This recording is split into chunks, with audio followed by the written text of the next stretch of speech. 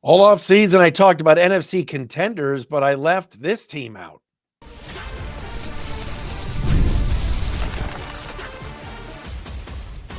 You are Locked On Lions, your daily Detroit Lions podcast. Part of the Locked On Podcast Network, your team every day. We got a Tuesday edition, everybody, of Locked On Lions right here on the Locked On Podcast Network. It is indeed your team every day. Matt Derry with you. Today is Tuesday, September 16th into Wednesday, September 17th. Thank you for making us your first listen. And, of course, checking us out wherever you get your podcasts. Locked On Lions today brought to you by FanDuel. Right now, new customers can bet just $5. And if your bet wins, you'll get $300 in bonus bets to use across the app. Shout out to our everydayers that are out there that watch the podcast daily on our Locked On Lions YouTube channel or download us everywhere. We made the top 100 in Apple for sports again this week. So thank you to all of our listeners out there, the everydayers. We appreciate all of you. Got one of our everydayers checking in today with our call of the day. Want to be our call of the day? Go to www.speakpipe.com/Derry podcast page. The great Ben Raven, host of the Dungeon of Doom podcast, also from MLIVE.com.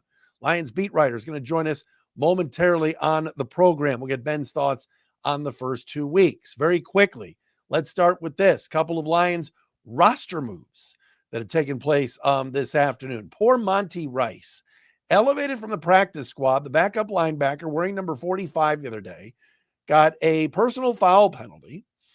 And a lot of people were like, who's 45? Monty Rice. He was wearing Isaac Ukwu's old number. Well, today he was released from the practice squad, elevated 1 week, released from the entire team 2 days later.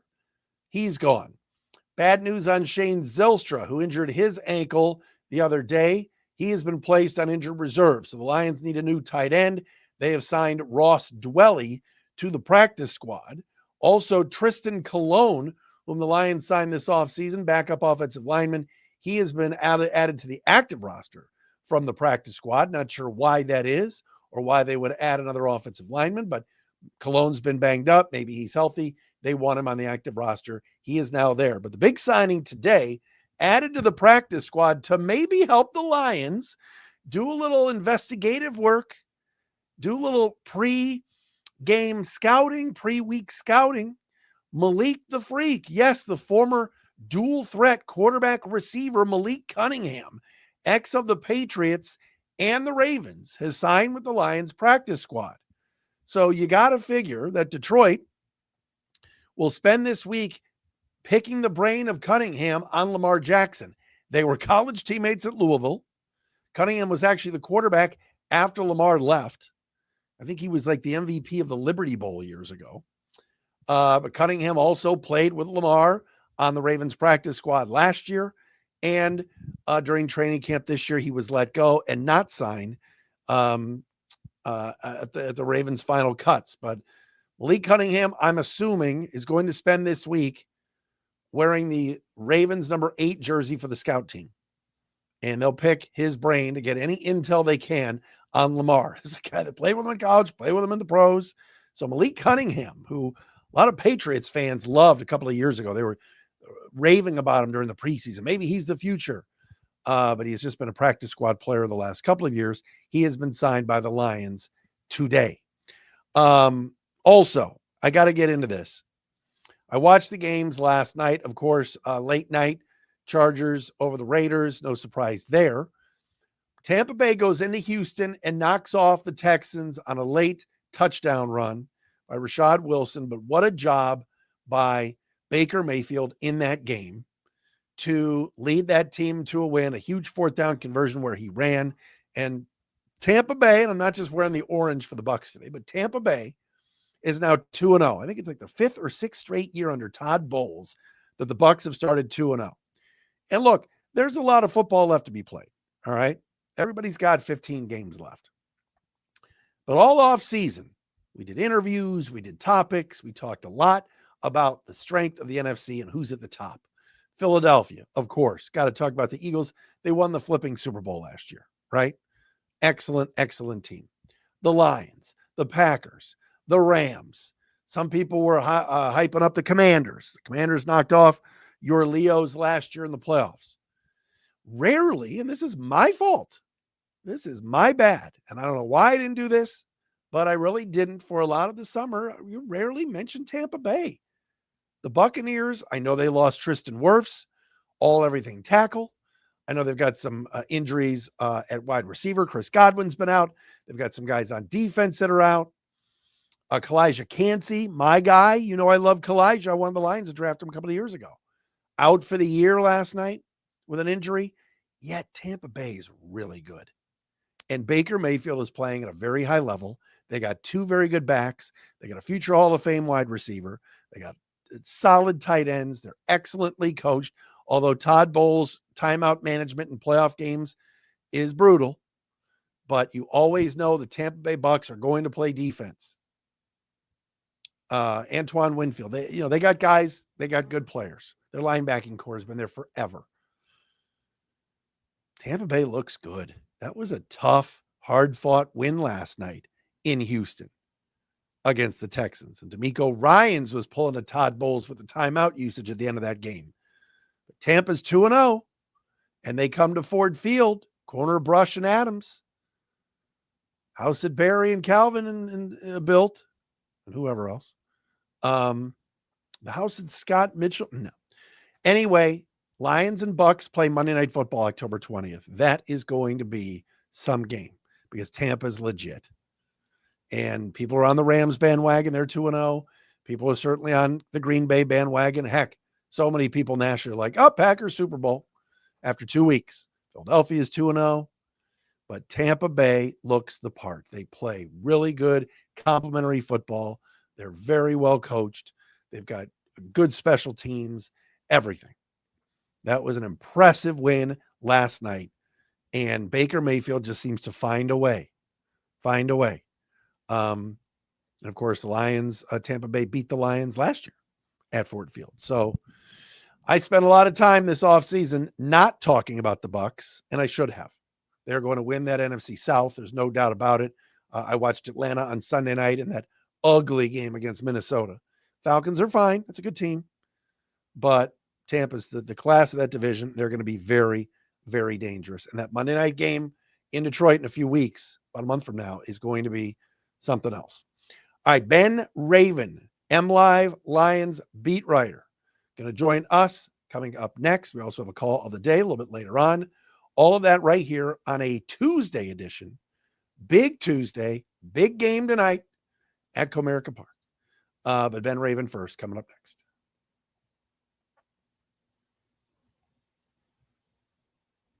Locked on Lions today brought to you by Mazda. Mazda crafts cars for those who do more than simply move. Mazda delivers confidence with every ride with more IIHS top safety pick awards than anyone else. Anyone else. From footwork to breath work. Athletes sweat all the details. We know that. Mazda brings the same intention to how we craft every model. You can make everyday drives feel like anything but. From smooth handling to intuitive controls. Like our players, we sweat every detail because when you make every move count, impossible becomes irrelevant. Mazda, move and be moved. And Locked On Lions today brought to you by our friends at Monarch Money. Most people can't name all their financial accounts or even what they're worth, whether it's 401ks, properties, or investments. When you don't have all the full pictures in front of you, you can end up leaving money on the table. That's why there is Monarch Money. It's an all-in-one personal finance tool that brings your entire financial life together in one clean, easy-to-use interface on your laptop or your phone. Monarch does the heavy lifting for you. You can link all your accounts in minutes, see clear data visuals, get smart categorization of your spending, and finally feel in control of your money without ever touching a spreadsheet, all right? Monarch makes it simple to review your finances too with your partner. You can both see budgets, goals, and spending activity all in one place. Don't let financial opportunities slip through the cracks. Use code LOCKEDONNFL at monarchmoney.com in your browser for half off your first year. That's 50% off your first year at monarchmoney.com with code LOCKEDONNFL. From MLive.com, and of course, the Dungeon of Doom podcast. He and Corey Woods. Ben Raven covers the Lions for MLive. giving us a few minutes here on an off day, Tuesday, for the Lions writers. Ben, good to see you. Hey, good to see you too, Matt. Happy to be here anytime I can be here, man. Love seeing you. How's the year gone so far? How you feeling? It's been a bit of a roller coaster after the first week. It was the team sucks, season's over, and now they're Super Bowl contenders again, right? Yeah, right. I know. I think it's a firm reminder that like chill out in week 1, and also the Packers might be pretty good, but also, yeah, it's we feel like we're in midseason mode because we've been back at training camp for 2 months now. It's been a long ride here, so we're in midseason mode on the beat, and stuff's going good. Looking forward to getting to Baltimore for the first time of my life this weekend. Oh, that's right. That's right. I wanted to ask you we'll get to the Ravens stuff, and it's obviously kind of ironic we're having Raven on Ravens week. That was not done intentionally. But this past Sunday, I just saw a video. I was scrolling on my phone as I was waiting for you. Like somebody videoed Ben Johnson shaking Dan Campbell's hand, and then pretty much he shook Jared Goff's hand, one other assistant, and then walked right off. What was your take on how Ben handled everything? Obviously, Jeff Rieger threw him some curveballs after the game, but how did you think Ben Johnson did? And man, that defensive unit for the Lions really wanted to shove it to him, didn't they? Yeah, I think the motivation was mostly from the defense, because they could really sink their teeth into that stuff. Nobody gave in to the talk about it going into the week at all. And then after the game, of course, Brian Branch opens that door, St. Brown opens that door a little bit. But yeah, I think about the questions in Detroit and stuff like that, I think you saw kind of Dan Campbell's mentorship in Ben Johnson. He made it about the players. And like you said, Rieger going in there and throwing some curveballs. I thought Ben handled those pretty awesome too. He did. Just like, what do you think they're going to do? They don't kick field goals in that situation. And it's just like, yeah, he just thrived under that leadership and that aggressive mentality for the last 4 years. So like he knew what he was getting into. So yeah, obviously his offense didn't perform too well. That was a breakout showing for the defense. But yeah, I thought Ben handled himself fine. And I mean, we even asked, like, what did you and Dan say after the game? And he said, that's for me and him. And both said, we're friends. We'll always be friends and stuff like that. And like I said, the motivation and betrayal talk only came from like Brian Branch mostly after the game. And he played like he was betrayed. Yeah, he did. And he's just an absolute stud. It was interesting, though. Ben did not mention Jared Goff by name Sunday, called him the quarterback, and did the same thing yesterday at his Monday presser talking about the quarterback. I don't know if there's stuff there or not, reading too much into it, or if he's just kind of playing this. He's done kind of a little bit of a Hulk Hogan heel turn here. The Ben Johnson Goff stuff has been interesting because there was a moment, I forget what show it was on. It was like right after he got the Bears job, and he talked about finally having a quarterback who can do all the things in Caleb Williams that he wants to do. And maybe there's some salted grapes there. I don't know.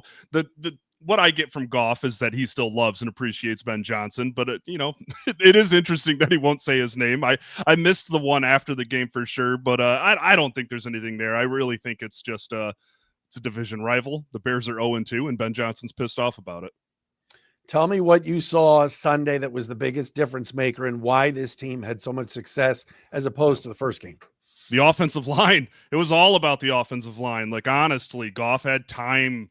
The receivers and Sam Laporta and the running backs had time to get downfield, had time to run their offense. In Green Bay, it was just, holy crap, we're forced to check down every single play because half the line doesn't even have the right play call in. So I really do, like, sometimes you're like, is this coach speak or not? And then they came out and kind of showed that it wasn't. It was just another week of gelling together, another week of figuring out the communication and the things that each other does well. I mean, there were still some road bumps here and there, but the pass protection was so much better, and obviously playing in front of the home crowd helped too. But it really was all about the offensive line for me. You didn't see those mental lapses, the missed assignments, the one side of the line running the wrong play or anything like that. And I think Taylor Decker toughened through the shoulder injury was big too, because if he would have been out, then all of a sudden you're working in another 24-year-old and Gio Manu into the starting lineup. So I think Decker being out there was huge too, even though he didn't practice all week. But yeah, it was just a new group gelling together. It makes sense to me. I know sometimes people get frustrated when it's as simple as that, but I really do think it was as simple as that.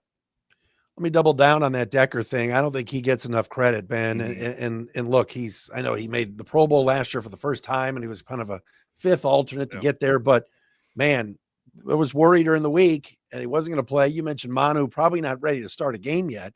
And yet we never heard Decker's name called once during the game, which is a good thing. Right. I mean, he was so solid. That's a huge pick-me-up, isn't it, for that offense? Oh, yeah. He is really underrated, and not just nationally, but here too, because like the second they drafted Sewell, it was, oh, there's a Decker replacement. The second they whatever, what have you. I mean, people have been like weird about Taylor Decker for like the entire time I've covered him. And it's like, that is a franchise left tackle whose strengths are in pass protection. And that is exactly what you want on that side at left tackle. I mean, he really is underrated. The fact that he didn't practice at all last week, goes through the shoulder surgery at OTAs. They never said it was specifically related to the surgery, but it was a shoulder injury, and he had surgery on his shoulder, so we can connect the dots there. It played through it, played every offensive snap until the game was in blowout mode late in the fourth quarter, and the backups were coming in. But he allowed, I think, one pressure against it. You know, Chicago's defensive line isn't like the New York Giants of the 80s or anything like that, but there is some talent and some big bodies on there, especially on the edge too. But yeah, Decker is just, he really is one of those like guys that holds this whole thing together. And I mean, he took it on him. Every time we talked to him, it was like the communication issues. He was just so ticked off at himself, just like that happened on his offensive line. So I think his presence mentally, physically, performance-wise is so underrated and overlooked, and he deserves his flowers for sure. How about Tyleik Williams, Ben? I know Dan Campbell pointed him out on Monday as a guy that he loved the tape on, but that's a big jump from week 1 to week 2, is it not?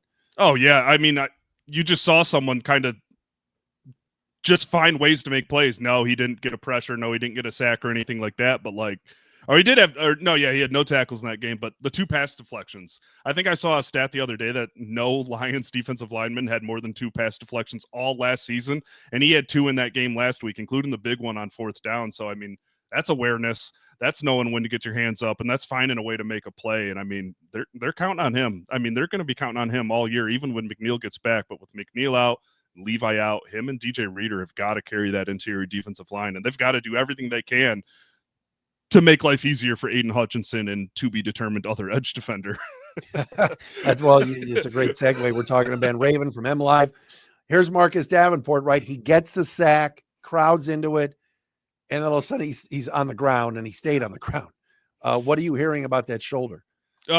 There's been no really firm update. There was no update after the game, and the update we got Monday, like, if you read between the lines, does not seem great. Just that whenever you're sitting around waiting around for more medical opinions, that's, that's not a great sign for this week, at least. I mean, that's my feeling on that. He did not get placed on IR or anything like that today. They did not add any edge rushers in today's moves. But yeah, it's because it's him. It's 6 games in 2 years. Week 2, once again, he goes down with an ankle injury, makes his way back into the game, goes down with a shoulder injury while making a sack, and I understand the fan frustration, but like, man, you got to feel for that guy. Like, that is just what a brutal last 5 years he's been through. So the Lions are hoping for the best, but whenever I hear a waiting on multiple second opinions, that kind of tells me that maybe they didn't like the first one. Al-Qadim Muhammad played well in his stead. I guess that would be the next man up, right? Yeah, I think Muhammad really fits the style. I mean, you look at Davenport, he's a big, powerful bull rusher. Muhammad is a big, powerful guy who plays his tail off. I mean, that's what Campbell was saying about Muhammad the other day, is like, this guy, you don't have to worry about firing him up. You don't have to worry about him giving you 100% because he does it every single play. And I mean, hey, he looked good. They said they wanted to get him more snaps, and they did. And I mean, he was the second best edge rusher, I mean, in terms of pressure and just consistency with Hutchinson. So, but depending on what happens with Davenport, those 2 are the only pure edge rushers on the 53-man roster right now. So super curious how they figure out how to move those pieces around. I know we had Mekhi Wingo make his season debut last week, 37 snaps. He adds a little versatility too, but like, there's a chance that Muhammad is staring down a big time role in Baltimore, like big time. Like, yeah, it's already gotten to this point in week 3. No, and the Lions are ready for it. There's some guys in the practice squad. Heck, Nate Lynn is still out there, which is crazy to think about as somebody they could add to the practice squad. Ben Raven with us. Mentioned Baltimore and today's moves. The Lions are not gimmicky normally. Not that I'm saying this is a gimmick move, but Malik Cunningham, who played with Lamar Jackson in college and in the pros, is going to be on the practice squad this week. I'm assuming going to put on a red number 8 jersey and run around as a Lamar kind of clone with the scout team. But what did you think of that? I think that's exactly what it is, because Dan Campbell was talking about Kyle Allen being their Caleb Williams in practice, and we said, has Kyle got that dual threat ability? And he's like, he's giving us the best looks as possible. That's what we got right now. So I really do think it's like any intel you can give on the Ravens, but mostly it's like, hey, go be Lamar in practice, dual threat guy. Obviously not the type of passer Lamar is, but like you can at least simulate some of those looks for your defense with him. That's really all I think it is. He came in for a visit 2 weeks ago too when they signed CJ Beathard. So they were kicking the tires on him a couple of weeks ago, and it leads to today. But yeah, I think that's a purely let's get some Lamar looks in practice and actually put the defense on their heels a little bit with a guy who can rush. Last 2 times Lions played the Ravens, obviously Lamar had their number, the come from behind win with the Tucker kick. And then a couple of years ago, I mean, the Lions got embarrassed in Baltimore. That was the JMO off the face mask game. How do you view this one? And you think the Lions can go in there and win? I mean, I do think they can go in there and win, but like if you're putting me on the spot right now, I am going to pick a Ravens win. Like I'll probably do that. Spoiler alert for a predictions column, but that's nothing against the Lions. That's not because I think the world is falling. I've just said it time and time again. When I look at the NFL, the 2 teams who are built the best to handle the Lions are the Philadelphia Eagles and the Baltimore Ravens. And I mean, you look at last week's game against the Browns, and I know it's the Browns, whatever. Henry fumbles and gets only 23 rushing yards, and they still win 41-17. Well, Lamar has a nearly perfect day, just throwing the ball around, 4 touchdowns, no picks. And I just think what they do on offense is like, and who they have as their pieces is like the perfect combination to like really test these Lions like nobody else in the league can. So it's a big time matchup. It's all the things people are going to say it is. It's a potential Super Bowl preview. It's 2 of the best teams in the league, and the offensive line better get their stuff together for another road game because it's not going to be quiet there. So, like, thank goodness Taylor Decker's looking all right, because that week needs to be on the same page or they're going to have a very long day. But, yeah, that Ravens team, that's a legit team, and this is as big as an early season test as you can get with a couple games under your belt. It is. And I saw a former Lion and our old buddy KVN, Kyle Van Noy, out, which is a little bit of a break for the Lions. But, man, they've got so many pieces on that defense, don't they? Oh, yeah. I mean, Roquan Smith is still an absolute dog. I mean, he was a freak. And then once again in the draft, they find another versatile defensive back and Malachi Starks, who looks like he's going to be legit, Kyle Hamilton, Marlon Humphrey. I mean, they just have pieces all over the board on defense, and they just continue to find these receivers who click with Lamar too. I mean, Devontae Walker had a big game last week. DeAndre Hopkins looks like he's still got a little in the tank. They're loaded. They really are loaded. And that defense has got some serious pieces on it. So that's going to be a real, after what happened with the Lions running into a legit Packers defense in week 1, this really is like all right, Johnny Mo, let's see what you got. Ben, great to see you. Dungeon of Doom podcast, you and Corey Woods going strong as well. Got to plug that to MLive.com. Appreciate the time, my friend. Hey, thank you. Take care. Anytime.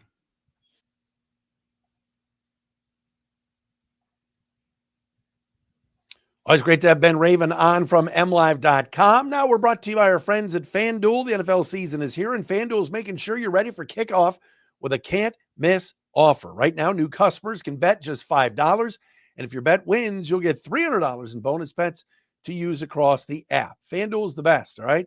It fits however you like to bet. Player props, building a same-game parlay, or even jumping in live as the action unfolds. It really does make everything quick and easy for you. It makes every game more exciting, whether you're watching your team or just keeping an eye on your fantasy lineups. Are you ready to play? Download the FanDuel app now by visiting FanDuel.com to get started. That's FanDuel.com to place your first $5 bet.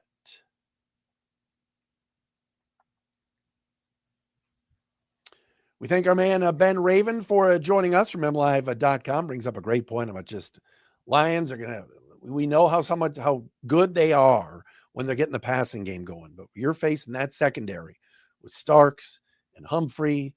Kyle Hamilton is the best safety in football. I mean, they've got a just loaded Baltimore defense, but you know what? Ravens gag away games, man, whether it's the playoffs, whether it was week 1 in Buffalo, they are stacked, but the Lions can stay in it. They'll have a chance on Sunday, or I should say on Monday night for sure. All right. It is time for our call of the day, everybody. Let's do this today. Want to be our call of the day? Go to speakpipe.com/Derry DERY podcast page. First time caller for us today is Jordan Wilson. Let's take a listen. Hey, Matt, how's it going? This is Jordan Wilson calling from Vegas. Just flew back here yesterday from Detroit. I was at the Lions-Bears game. I just wanted to speak on a couple of things. The entire stadium wasn't chanting F. Ben Johnson. I'm going to let you know that. It was maybe like 50 or 60%. The rest of us were looking around at each other like, well, that's a little ridiculous.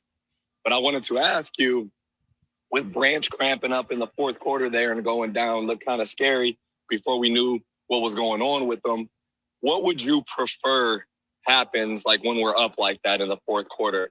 I know there's not enough people on the roster to fill every spot, but like you would like to see Branch come out? Would you like to see Hutch come out? Like who would take priority in your opinion? Love the show, everyday listener. Appreciate you. Have a good one. Hi, Jordan Wilson. Thank you very much. Our call of the day. That is a tough question. And when you're up 52-21 and you've got your starters in and Branch went down, obviously he kind of leg whipped Jack Campbell. They were both down. Campbell got up, limped a little bit. And Jack Campbell, by the way, was limping a little bit in the locker room on Sunday. And I want all of those guys out. Like Campbell came out, never went back in after that. Zach Cunningham was in. A couple other backup linebackers were in the game. You saw Avonte Maddox out there playing corner. Penei Sewell always seems to play, even in blowouts. Sewell's out. They replaced the entire offensive line the other day. All right. Ekwagan was at center and Manu was in at left tackle. They took the starters out after they won 52-21 and Kyle Allen handed the ball off to Craig Reynolds a few times. Come on, Craig. But Sewell was in there. I want Sewell out. I want Brian Branch out. I want Hutchinson. Absolutely. The guys, Jared Goff, please. Those are the guys you want off the field. Kirby Joseph, no way I want him on the field. No way. But again, there's only so many players that you can rotate in with the roster that you have. I get that. And then you've got inactives and guys that aren't playing. But look, you hope that's an issue for more games this year, that the Lions are going to have to empty the bench. That's what you want. That means they're winning and winning big. So, all right. Kevin Oestreicher, Locked On Ravens, going to join us Thursday. We're back again tomorrow with a Wednesday edition of Locked On Lions. Lions and Baltimore Ravens, Monday Night Football coming up. Thanks to Ben Raven for being with us today. Thanks to all of you for checking us out wherever you get your podcasts and making us your first listen on this, a Tuesday. Locked On Lions. 1-1 Detroit, 1-1 Baltimore coming up Monday.